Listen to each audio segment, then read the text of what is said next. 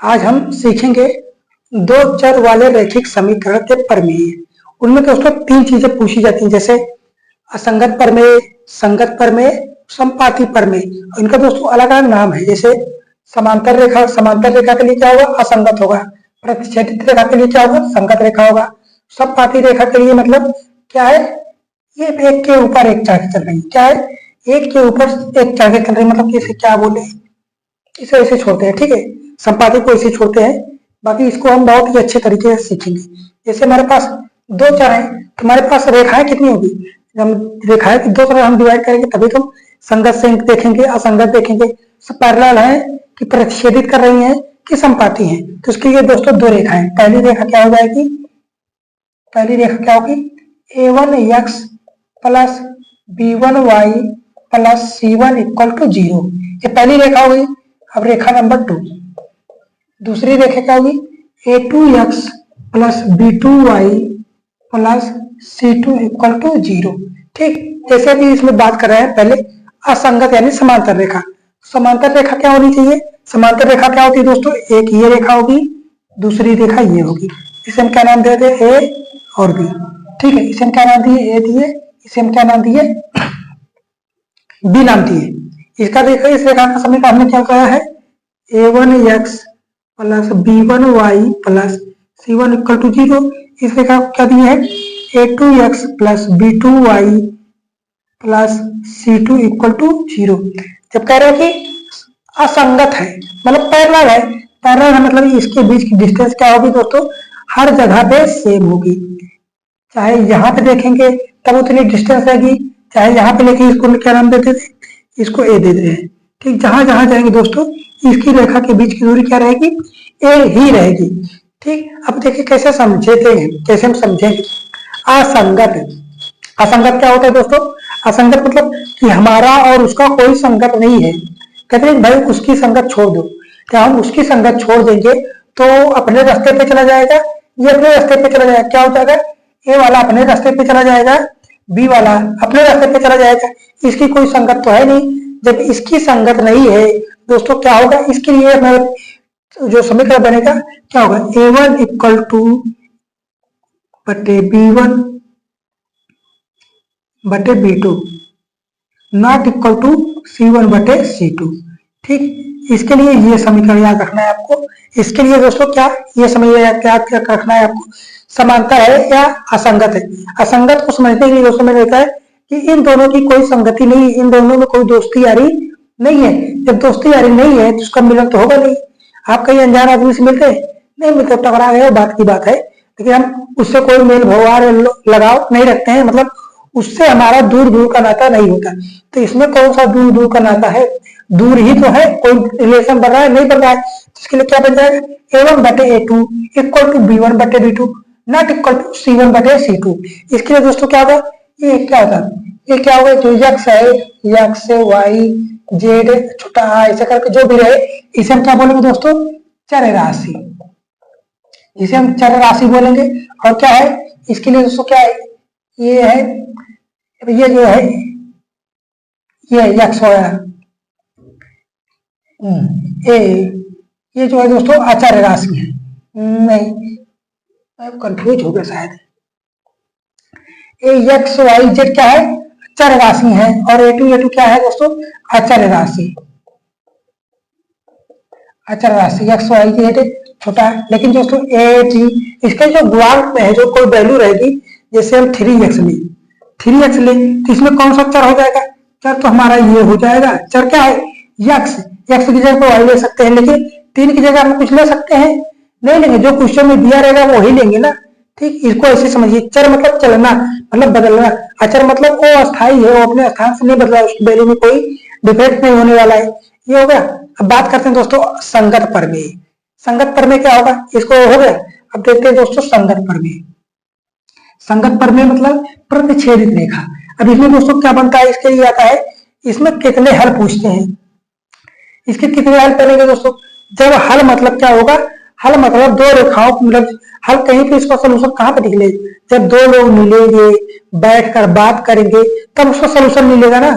तब उसी का सोल्यूशन मिलेगा जब दो लोग, मान लीजिए ए और बी, इन दोनों में ऐसी है, अगर ये दोनों यहाँ पे चल के आए, ये वाला भी यहाँ चल के आए, इन दोनों की यहाँ पे बैठक हुई, क्या हुई, यहाँ पे बैठक हुई, तो इन दोनों ने जो अपने विचार विमर्श थे एक दूसरे से एक्सचेंज किए, तो जो प्रॉब्लम थी उसका सोल्यूशन निकल के आया। लेकिन दोस्तों जब ये पैरेलल है, ठीक, ए और बी, जब इन दोनों का कहीं मिलन ही नहीं हो रहा है तो कोई सोल्यूशन निकलेगा, सोल्यूशन नहीं निकलेगा, क्योंकि दोस्तों दोनों का मिलन हो ही नहीं रहा है। तो क्या होगा, इसके लिए क्या बन जाएगा दोस्तों, कोई हल नहीं। क्या बनेगा, कोई हल नहीं। ये कोई हल नहीं का समीकरण है, कोई हल नहीं का समीकरण है। अब बात करते हैं दोस्तों दूसरा प्रमेय क्या है, संगत प्रमेय। संगत प्रमेय मतलब क्या होगा दोस्तों, कहीं ना कहीं तो ये मिलेंगे, कहीं ना कहीं तो मिलेंगे। और संगत को क्या बोलते हैं दोस्तों, प्रतिच्छेदित रेखा। प्रतिच्छेदित कब करें, जब एक रेखा दूसरी रेखा पे कहीं पे काट दे। अगर हम इसे ए नाम दे, इसे बी नाम दे, ए वाला का क्या समीकरण था, a1x plus b1y plus c1 equal to 0, और बी वाला क्या नाम था, a2x plus b2y plus c2 equal to 0।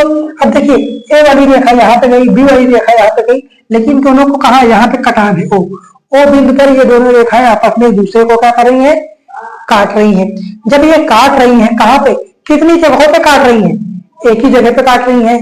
जब एक जगह पे काट रही है मतलब तो उसका एक ही सोल्यूशन निकलेगा ना।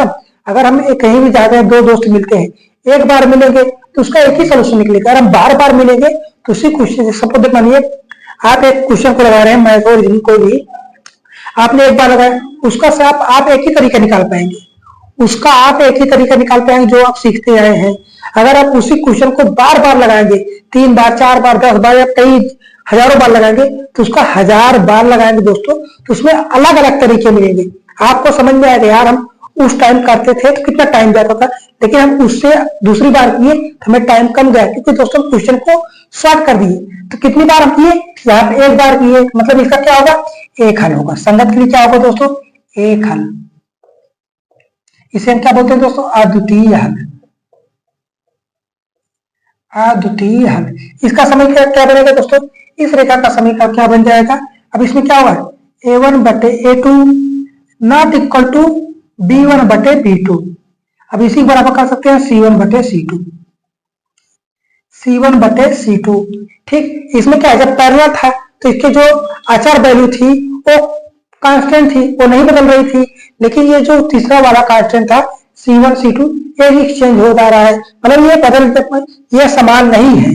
क्या ये दोनों समान है, आप ऐसे कर सकते हैं। एग्जाम में दोस्तों क्या बुक में सिर्फ हमें इतना ही मिलता है, बुक में हमें सिर्फ इतना ही मिलता है, a1 बटे a2 not equal to b1 बटे b2। अगर आप एग्जाम में ऐसा सिर्फ इतने से काम चल जा रहा है तब भी आपका सही है। अगर इससे काम नहीं बनता है तब आप ये फार्मूला लगा कि मतलब b1 बटे b2 इक्वल टू c1 बटे c2 लगा के आप ये एक हल या अद्वितीय हल का आंसर निकाल सकते हैं, जिसे हम क्या बोलते हैं दोस्तों, प्रतिच्छेदित रेखा। क्या बोलेंगे, प्रतिच्छेदित रेखा। अब बात करें दोस्तों समपाती। समपाती के लिए दोस्तों क्या होता है, समपाती, आप समझ लें इसकी भाषा क्या है, समपाती मतलब बराबर पात है। क्या है, पात बराबर है। गांव में कहावत थी, तू डाल डाल तो हम पात पात, क्या, तू डाल डाल तो हम पात पात, मतलब तुम जिसी रास्ते से चलोगे मैं भी उसी रास्ते पे चलता चला जाऊंगा। क्या होगा, इसी में ए और बी दोनों रेखाएं हैं, मतलब एक ही रेखा, कहते हैं उसके पद चिन्ह, उसके मार्गदर्शन पे चलो, उसके पद चिन्हों पे चलो, तभी तुम प्रोग्रेस करोगे। तो क्या इसी के चिन्हों पे चल रहे हैं, ए जहां पे चल रहा है बी भी में चल रहा है।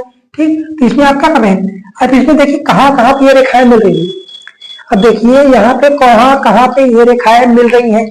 अब देख सकते हैं आप, यहाँ पे मिली, यहाँ पे मिली, यहाँ पे, यहाँ हर जगह मिली जा रही है। कितनी, हर जगह पे मिलती ही चली जा रही। जितनी बड़ी रेखा होगी उतने ज्यादा हल हो जाएंगे, मतलब आप कह सकते हैं इसके अनंत हल है। किसके, इसे क्या बोलेंगे दोस्तों, अनंत हल। अनंत हल या अनेक हल, कोई भी आप कह सकते हैं। एग्जाम में क्या करते रहता है कि अगर दो रेखाएं हैं, ये समपाती हैं, तो उसमें बी या सी कोई भी अचर वैल्यू देगी, उसका हमें वैल्यू ज्ञात करना होगा। ठीक, तो ये अलग अलग रेखाओं पे मिल रही, जब अलग अलग रेखाएं मतलब अलग अलग चिन्हों पे मिल रही, अलग जगह पे मिल रही, तो इसके क्या होता है, अनेक हल है। ये बराबर कैसे है, ये बराबर रेखाएं कैसे हैं, बराबर तभी हैं जब उसके अचर वैल्यू भी तो बराबर है। जब इसकी अचर वैल्यू बराबर है तो अचर वैल्यू क्या है, ए बचा अचर वैल्यू ये सारी चीजें क्या है, बराबर A1 बटे A2 इक्वल टू B1 बटे B2 इक्वल टू C1 बटे C2। ठीक है, ये चीजें समझ में आ गई। ये आज का छोटा सा टॉपिक था जो मैंने आपको बहुत ही अच्छे तरीके से समझा दिया। इसे हम क्या बोलेंगे, संपाती, मतलब अनेक हल, इसके कोई हल नहीं। और एक समीकरण क्या बताया मैंने आपको, कोष्टक में कर लेते हैं ताकि दिखे आपको। इसके बाद क्या था, A1 बटे A2 not equal to B1 बटे B2 इक्वल टू C1 बटे C2। इसे क्या था दोस्तों, ये इसके एक हल है। किसके एक हल, एक हल मतलब क्या है, क्या है दोस्तों, प्रतिच्छेदित कर रही है, प्रतिच्छेदित कर रही है। ये चीजें आपको समझ में आई। आशा करता हूँ दोस्तों आपको बहुत ही अच्छे तरीके से समझ में आ जाए। दोस्तों मैंने एक छोटा सा वीडियो इसलिए ताकि आपको बहुत अच्छे तरीके से समझ में आ जाए। तो दोस्तों आपको रक्षाबंधन की ढेर सारी शुभकामनाएं। दोस्तों मिलेंगे अगले वीडियो में, ऐसे ही शानदार और मजेदार तरीके से सीखते चलेंगे, अपने मैथ के कॉन्सेप्ट को क्लियर रखेंगे। तो दोस्तों मिलते हैं अगली वीडियो में, तब तक के लिए जय हिंद जय भारत।